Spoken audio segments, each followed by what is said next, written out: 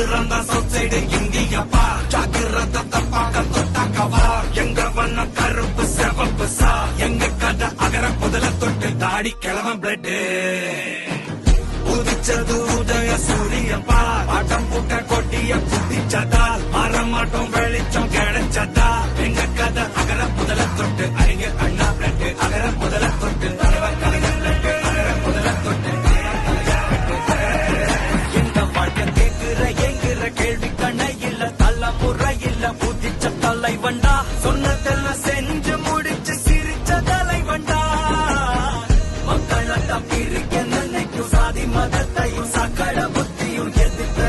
கொண்டா ஊருக்குள்ள நீதிய தன்னை விதைய கொண்டா